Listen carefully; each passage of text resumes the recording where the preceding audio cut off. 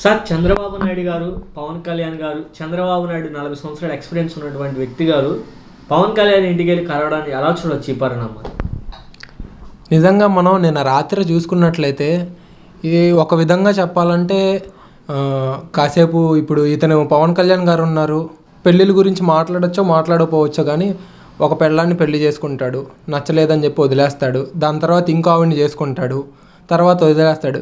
కానీ చంద్రబాబు నాయుడు గారిది మళ్ళీ ఇలాగే పవన్ కళ్యాణ్ది వీళ్ళ ప్రేమ ఎలాంటిదంటే వాళ్ళు విడిపోతున్నారు, మళ్ళీ అదే పెళ్ళంతో మళ్ళీ ఇంకో పెళ్ళాం అయితే పవన్ కళ్యాణ్ గారు ఎలా చూస్తారంటే వదిలేసిన దాని దగ్గరికి ఇంకొకసారి వెళ్ళరు. కానీ ఈ రాజకీయాల్లో వచ్చేపాటికి చంద్రబాబు నాయుడు దగ్గరికి మాటికి వెళ్ళడం, లేదంటే ఆయన ఈయన దగ్గరికి రావడం అనేది ఇట్లా జరుగుతుంది. నా విధానంగా చెప్పాలంటే ఇది కావాలని చెప్పి వీళ్ళు రాజకీయాల్లో ఒంటరిగా జగన్మోహన్ రెడ్డి గారిని ఎదుర్కోలేక ఇలా అడ్డదారిలో రావాలని చెప్పి ప్రయత్నిస్తారని నేను అనుకుంటున్నాను. అంటే ఇప్పుడు చంద్రబాబు నాయుడు గారు, పవన్ కళ్యాణ్ దీనివల్ల ఒకటే, అంటే వైసీపీ పార్టీని ఒక్క సీటు కూడా రానివ్వని చెప్పి బహిరంగ సభల్లో పవన్ కళ్యాణ్ చెప్పడం జరుగుతుంది. అంటే ఎలా చూడొచ్చు ఈ పరిణామాలు? అంటే తెలంగాణలో ఒక సీటు కూడా పవన్ కళ్యాణ్ గెలవలేదు, కానీ 150 సీట్లు ఉన్నటువంటి జగన్మోహన్ రెడ్డి ఓడగొడతానదని మీరు ఎలా చూస్తారు? జనాలు పిచ్చోళ్ళు కాదండి. ఒకటి విషయం బాగా గుర్తుపెట్టుకోండి, అక్కడ తెలంగాణలో వాళ్ళ పవర్ ఏంటి అనేది మొన్న రాజకీయాల్లో ఎన్నికలు జరిగినప్పుడు మనం చూసాం. తెలంగాణలో పవన్ కళ్యాణ్ స్థాయి ఏంటనేది. ఇక్కడ ఆంధ్రలో మొన్న మనం 2019లో ఏం జరిగిందనేది చూసుకున్నాము. కనీసం వార్డు మెంబర్గా కూడా గెలవలేని వ్యక్తి ఈరోజు అలాంటి వ్యక్తిని కలిస్తే ఏమొచ్చిద్ది చంద్రబాబు? నువ్వు ఈ దొంగ రాజకీయాలు ఇప్పటికైనా మానే అని చెప్పేసి నేను కోరుకుంటున్నాను. అంటే చంద్రబాబు నాయుడు గారికి పవన్ కళ్యాణ్ లేకపోతే గెలవడే లేదంటారా? అలాంటిదేం లేదండి. మా జగన్మోహన్ రెడ్డి అనే అతను మా నాయకుడు హీరో, ఒంటరిగానే వస్తాడు, ఒంటరిగానే గెలుస్తాడు. వాళ్ళు పొత్తులు పెట్టుకొని ఎంతమంది ఎన్ని విధాలుగా ఎన్ని పార్టీలు కలిసి వచ్చినా కూడా వాళ్ళు గెలవడం అనేది లేదు. మళ్ళీ రానున్న రోజుల్లో ఎన్నికలు జరిగిపోతున్నాయి, ఆ ఎన్నికల్లో ఖచ్చితంగా మళ్ళీ జగన్మోహన్ రెడ్డి గారు గెలుస్తారని చెప్పేసి మేము అనుకుంటున్నాం. అంటే ఇచ్చాపురం నుంచి చిత్తూరు వరకు కూడా పులివెందుల మాదే అని చెప్పి తెలుగుదేశం వాళ్ళు చెప్పడం జరుగుతుంది. అలాగే పవన్ కళ్యాణ్ కూడా ఒక్క సీటు కూడా రానిను అని చెప్పి ప్రకాశం జిల్లాలో మొత్తం కూడా ఒక్క సీటు కూడా రాని కూడా చెప్పడం జరుగుతుంది. అంటే మైనార్టీ ఇప్పుడు అదే చెప్పడం జరుగుతుంది. ఎలా చూడొచ్చు ఈ పరిణామం? ఇచ్చాపురం నాదే, అదే పులివెందుల నాదే అనే విషయం దాని గురించి ఇప్పుడు అక్కడ తాజ్మహల్ ఉంది, అది తాజ్మహల్ నాదే అంటే మీరు ఒప్పుకుంటారా అండి? ఇదన్నీ జనాలు పిచ్చోళ్ళు కాదు, వాళ్ళని ఖచ్చితంగా తరిమి కొట్టే విధంగా రానున్న రోజుల్లో ఎన్నికల్లో తీర్పు రాబోతుంది. మీరు ఖచ్చితంగా చూడండి, జగన్మోహన్ రెడ్డి గారు గెలవబోతున్నారు, మళ్ళీ వైఎస్ఆర్సీపీ జెండా ఎగురుతుంది.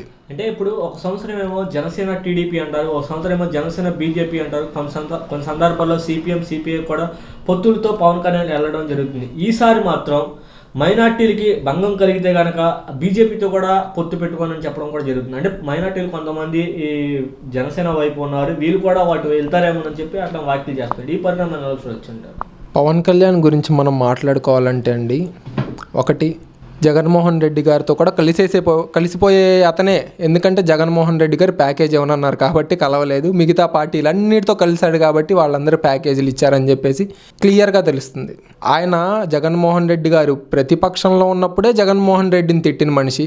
ఎవరైనా కడుపుకి అన్నం తినే వ్యక్తి ఎవడైనా సరే ప్రతిపక్షంలో ఉన్నోడిని ఎవరండి ప్రశ్నించేది? అధికారంలో ఉన్నోళ్ళని ప్రశ్నించాలి.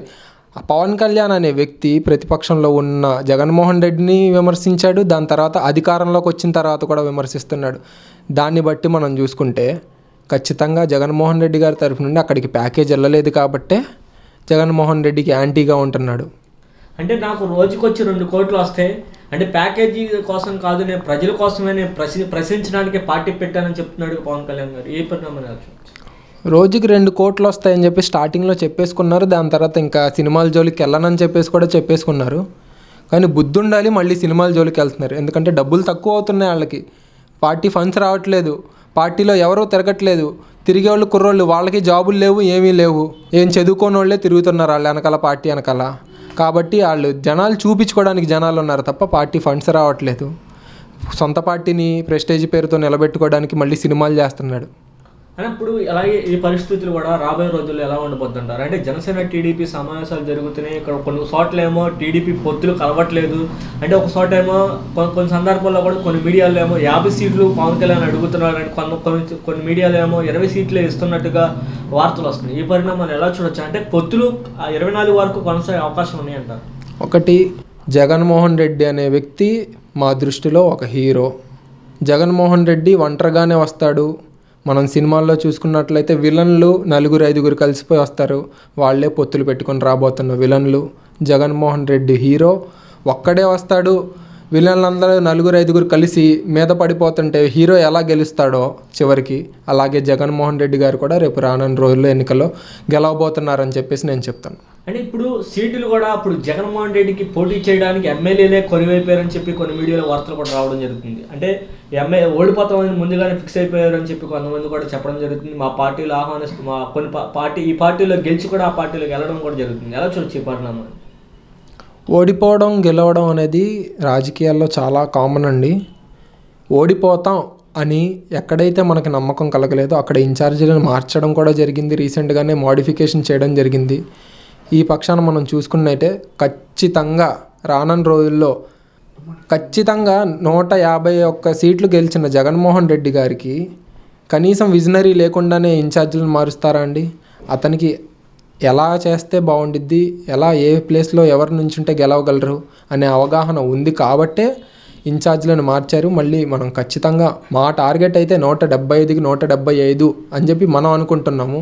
కానీ ప్రజల తీర్పు అనేది ఖచ్చితంగా మళ్ళీ జగన్మోహన్ రెడ్డి గారు గెలవబోతున్నారు. మా టార్గెట్ ప్రకారం మేము పనిచేసుకుని పోతున్నాం. సార్ ఇంకోటి ఏంటంటే ఈ పార్టీలు అదే ప్లేసులు మార్చే తరుణంలో అంటే అక్కడ చెల్లని కాయని ఇక్కడ చెల్లిద్దని చెప్పి చంద్రబాబు నాయుడు గారు చెప్పడం జరుగుతుంది. ఎలా చూడొచ్చు పరిణామాలు? అంటే అక్కడ గెలవడానికి సంబంధం తెలిసిన వ్యక్తి ఇంకో చోట పెడితే గెలుస్తాడా అని చెప్పి అడగడం జరుగుతుంది.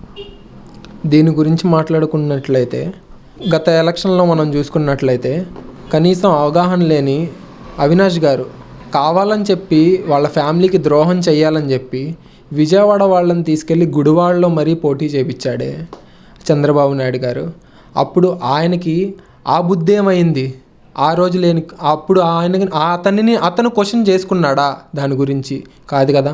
ఖచ్చితంగా కొడాల నాని గారి దగ్గర ఓడిపోతారని తెలిసే వేరే ప్రదేశం నుంచి తీసుకొచ్చి కనీసం అవగాహన లేని ప్రదేశంలో నుంచోబెట్టి ఎమ్మెల్యేలా గెలవమని చెప్పేసి అసలు ఆ బుద్ధి ఉందా చంద్రబాబు నాయుడు గారికి? కావాలని చెప్పేసి మా అవినాష్ గారిని వాళ్ళు నాశనం చెయ్యాలనే ఉద్దేశంతోనే వాళ్ళు అక్కడి నుంచో పెట్టారని చెప్పేసి నేను అనుకుంటున్నాను. ఖచ్చితంగా రానున్న రోజుల్లో అవినాష్ గారు ఇక్కడ తూర్పు నియోజకవర్గం విజయవాడలో గెలిచి అదే చెంపదెబ్బ చెల్లుమని కొట్టేలాగా మంచి మెజారిటీతో గెలవబోతున్నారని చెప్పి మేము గెలిపించుకుంటామని చెప్పేసి మేము కోరుకుంటున్నాం. మేము కూడా ఖచ్చితంగా దానికి తగ్గ కష్టం మేము పడతాం మా అవినాష్ గారిని గెలిపించుకోవడానికి.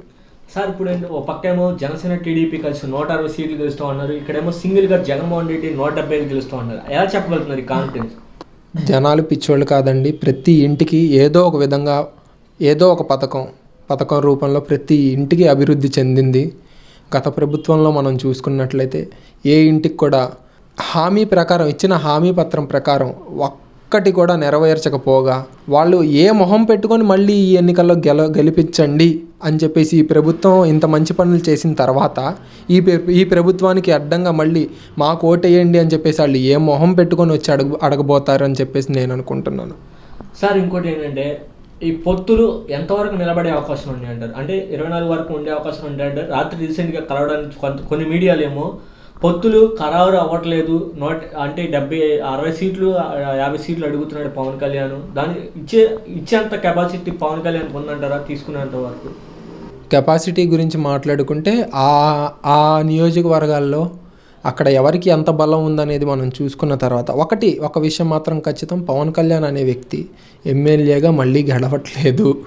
ఇది మాత్రం ఖాయం. ఆయన వెనకాల ఎవరన్నా ఒకళ్ళు ఇద్దరు గెలిచినా తట్టుకోలేక దాని తర్వాత ప్రెజర్ తట్టుకోలేక పాపం వాళ్ళకి అర్థమైపోయింది మంచి చేస్తున్నాడు జగన్మోహన్ రెడ్డి, అతనికే సపోర్ట్ చేద్దామని చెప్పి మళ్ళీ శాసనసభలో అతని వైపే తిరిగిపోతారని చెప్పేసి నేను అనుకుంటున్నాను. సార్ అంటే ఇంకోటి ఏంటంటే ప్రధానంగా పవన్ కళ్యాణ్ ఎక్కడ పోటీ చేసినా అక్కడ చంద్రబాబు నాయుడే ఓడగొడతారని చెప్పి కూడా కొంతమంది వైసీపీ వాళ్ళు అలాంటి వాళ్ళు అంటున్నారు. ఎలా చూడొచ్చు పని? వాళ్ళు మొగుడు పిల్లలంటూ వాళ్ళు అండర్స్టాండింగ్ చేసుకొని ఏ నిర్ణయం తీసుకుంటారు, ఎవరిని ఎక్కడి నుంచో పెడతారు అనేది మనకు తెలియదు కదా. రానున్న రోజుల్లో వాళ్ళు ఎక్కడ ఏ స్థానంలో ఎవరెవరి నుంచో పెడతారు దాన్ని బట్టి వీళ్ళు మొగుడు పిల్లలిద్దరూ ఒక అండర్స్టాండింగ్ వస్తే నేను నుంచున్న చోట నువ్వు నుంచోమాక, నువ్వు నుంచున్న చోట నా బేరాన్ని నువ్వు అడ్డుపెడమాక అని చెప్పేసి వీళ్ళు మాట్లాడుకునే విధానాన్ని బట్టి ఉంటుంది. ఓకే సార్ ఇంకోటి అంటే ఫైనల్గా ఇప్పుడు లోకేష్ గారు పాదయాత్ర ముగింపు సభకి పవన్ కళ్యాణ్ గారు, చంద్రబాబు నాయుడు గారు, అలాగే లోకేష్ గారు కూడా ముగ్గురు కూడా ఒకే స్టేజ్ మీద కనబడిపోతున్నారు. దీన్ని ప్రపంచంలో అందరికి చూసే విధంగా అంటే కొంత హైప్ క్రియేట్ అయింది. ఇప్పుడే అక్కడి నుంచి ఆరంభం అయింది జగన్మోహన్ రెడ్డికి పత్రానికి అంటున్నారు. అప్పుడే కంప్లీట్ అయిపోయిందా అండి పాదయాత్ర? అయ్యో, నేను మొన్న రీసెంట్గా విజయవాడ వచ్చినప్పుడే అనుకున్నాను అంత తొందరగానే ఫినిష్ అయిపోయింది. అంటే జైల్లో ఉన్నప్పుడు కూడా వాళ్ళ నాన్నగారు జైల్లో ఉన్నప్పుడు కూడా పాదయాత్ర చేశాడా? 3000 కిలోమీటర్లు తిరిగాడు. 3000 కిలోమీటర్లు నా కళ్ళారా నేను చూశాను. మాకు తెలిసింది ఏంటంటే ఇక్కడ నుంచి ఇదొక వీధి ఉంటే ఈ వీధి ఇక్కడ నుంచి అక్కడ దాకా విజయవాడలో మెయిన్ రోడ్లు అక్కడక్కడ తిరిగేసి దాని తర్వాత జీప్ ఎక్కేసి వెళ్ళిపోతున్నారని చెప్పేసి నేను వింటున్నాను. కానీ నేను రీసెంట్గా ఒక 3 నెలల ముందే విజయవాడలో చూశాను. అప్పుడే మళ్ళీ పాదయాత్ర కంప్లీట్ అయిపోయిందని చెప్పేసి అంటే నాకు నమ్మశక్యంగా లేదు. అది సరైన పాదయాత్ర కాదేమో, మళ్ళీ ఇంకోసారి రివీల్ చేసుకోమని చెప్పేసి నేను అంట. అంటే ఈ సభలో ముగ్గురు కూడా ఒకే స్టేజ్ మీద కనపడితే ఆ ఇంపాక్ట్ ఎవరు ముగ్గురు? పవన్ కళ్యాణ్, చంద్రబాబు నాయుడు, లోకేష్ గురించి తెలిసిందే. ఎక్కడ లెగ్గెడితే అక్కడ ఖాయం. ఓకే, పవన్ కళ్యాణ్ గురించి అంటారా? ఇవాళ ఉంటాడు మళ్ళీ స్టేజ్ మీద, రేపు వేరే పార్టీ స్టేజ్ మీద ఉంటాడు పవన్ కళ్యాణ్ గారు. ఇంకోళ్ళు ఎవరు? చంద్రబాబు.